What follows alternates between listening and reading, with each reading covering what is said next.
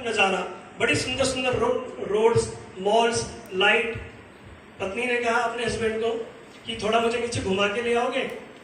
पति ने कहा हम घूमने तो आए, चलो। नीचे उतरे, गाड़ी बुक की उन्होंने।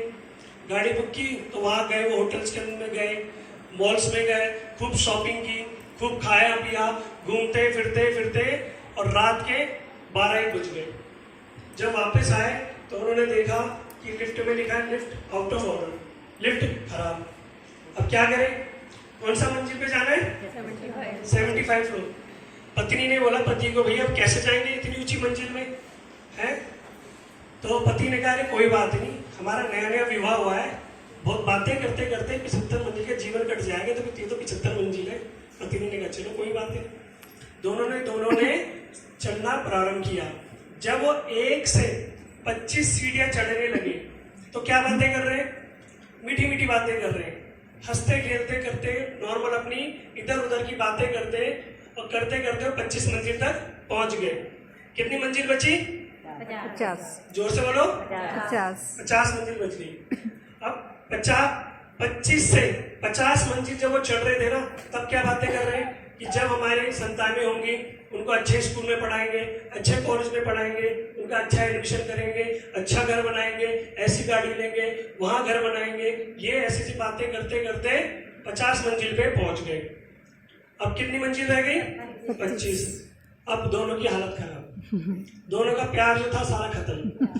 अब दोनों एक दूसरे को कह रहे तू मुझे खींच, वो कह रहा तू मुझे खींच। गला सूख गया दोनों का, दोनों के कपड़े पसीने से भीग गए, हालत खराब हो गई। गिरते पड़ते उठते बैठते जैसे तैसे करके अंतिम में कहां पहुंच गए? 75वें फ्लोर पे। बड़ा कष्ट से, इतने कष्ट करके जब 75 मंजिल में पहुंचे, पति ने बोला अपनी पत्नी को कि जल्दी क्या करो, मुझे बड़ी प्यास लगी है, मेरा गला सूख रहा है, जल्दी से दरवाजा खोलो। पत्नी ने कहा दरवाजा खोलो?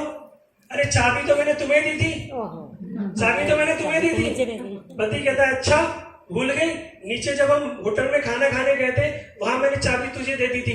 पत्नी ने कहा अरे मैं तो चाबी वही टेबल में भूल आई, टेबल में भूल गई चाबी। अब बताओ क्या करना पड़ेगा? दोबारा उन दोनों को वापस आना पड़ेगा, नीचे दोबारा आना पड़ेगा, गाड़ी बुक करनी पड़ेगी, उसी होटल में जाना पड़ेगा, चाबी लानी पड़ेगी, फिर गाड़ी करके होटल आएंगे, फिर दोबारा 75 मंजिल में चढ़ना पड़ेगा। बड़े कष्ट से लग रहा है ना, सुन के बड़ा कष्ट हो रहा है, कितने कष्ट से ऊपर पहुंचे।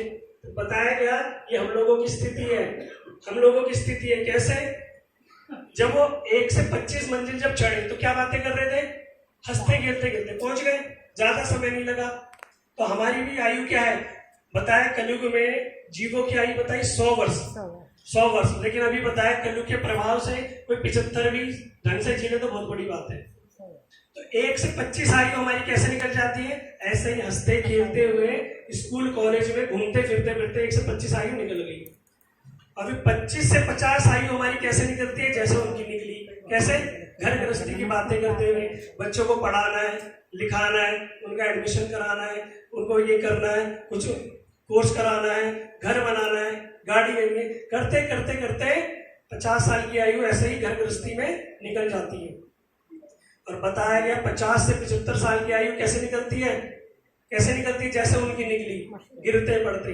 आज कमर में दर्द, आज घुटने में दर्द, आज थायराइड हो गया, आज बीपी हाई हो गया, आज शुगर बढ़ गई, आज ये हो गया है, आज डॉक्टर के अपॉइंटमेंट है, आज वहां जाना है, आज यहाँ जाना है। ऐसे करते करते 75 साल हमारे निकल जाते हैं। अब तब क्या सोचता आदमी कि जैसे तैसे करके भैया ये शरीर छूट जाए। जब शरीर से बीमारी सहन नहीं होती ना, दुख सहन नहीं होता, तो आदमी क्या प्रार्थना करता है कि भैया शरीर छूट जाए, हम इस संसार चक्र से मुक्त हो जाए, बस एक बार मर जाए अच्छे से, और क्या होगा, बस हमें रिलैक्स हो जाएगा, इस संसार चक्र की सारी दुविधाएं, सारी परेशानी से मुक्त। लेकिन जब हम सोचते हैं वहां पहुंचते हैं, जब मुख्य द्वार पे पहुंचते हैं, तो पता चलता है कि भैया अभी तुम वापस जाओगे। क्यों जाओगे? अभी तुम्हारे पास क्या नहीं है? चाबी नहीं है। जब तक तुम्हारे पास चाबी नहीं रहेगी तुम क्या करोगे? इस भवसागर को पार ही नहीं कर सकते। क्या करना पड़ेगा? दोबारा पुनरअपि जननम पुनरअपि मरणम पुनरअपि जननी जठरे शयनम, दोबारा इस संसार में आना पड़ेगा, दोबारा माता के गर्भ में आना पड़ेगा। कोई जरूरी नहीं है कि ये जो हमें बड़े भाग्य से, भगवान की कृपा से, राधा गोविंद देव की कृपा से हम लोग यहाँ जयपुर में, जिसे गुप्त वृंदावन धाम बोला है, जरूरी नहीं है दोबारा हमारा ये जन्म हो ना हो, हमारे कर्मों के अनुसार साउथ अफ्रीका के जंगलों में जन्म हो जाए, सांप, बिल्ली, चूहा, केचुआ, पता नहीं क्या बनना पड़ जाए, और किस किस जीव के माता के गर्भ में हमें रहना पड़े। माता का गर्भ क्या बताया गया? सबसे बड़ा नर्क। कैसे? 9 महीने तक बच्चा कैसे रहता है? उल्टा है, सीधा भी नहीं, उल्टा, और एक बंद थैली में, छोटी सी बंद थैली में, और हाथ भी पैर भी सुगड़ करे, उसी के अंदर वो खाता है, उसी के अंदर रहता है। अभी थोड़ी देर लाइट चलेगी ना तो हमारे पसीने छूट गए। बच्चे को 9 महीने माता के गर्भ के अंदर उस अंधकार में, उस गर्भ माता की जो जठराग्नि की ताप में उसको सहना पड़ता है। माता जी थोड़ा कुछ खा ले, तीखा मिर्च, तो शरीर में बच्चे के चुभता है, इतना कष्ट सहना पड़ता है। भगवान से प्रार्थना करता है, आप लोगों ने देखी होगी फोटो, तो क्या करता है बच्चा? हाथ जोड़ के बैठा रहता है उल्टा, वो भगवान से प्रार्थना करता है, हे प्रभु मुझे नरक से निकालो, नरक से निकालो, मैं बाहर निकल के आपका भजन करूंगा, मैं इस संसार चक्र में नहीं पड़ूंगा, जल्दी जल्दी भजन करके आपके धाम की चाबी लेके और मैं संसार चक्र से मुक्त हो जाऊंगा।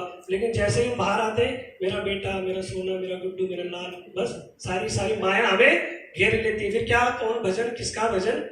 लेकिन बीच बीच में साधु संत लोग आते हैं, वो आते हैं, बताते हैं, भैया तुम क्यों आए थे यहाँ? आए थे हरि भजन को और उठने लगे कपास, इस संसार में मत पड़ो, क्या करो, अपनी संसार में जो आप कार्य कर रहे हो वो करते रहो, लेकिन धीरे धीरे करते करते क्या करो?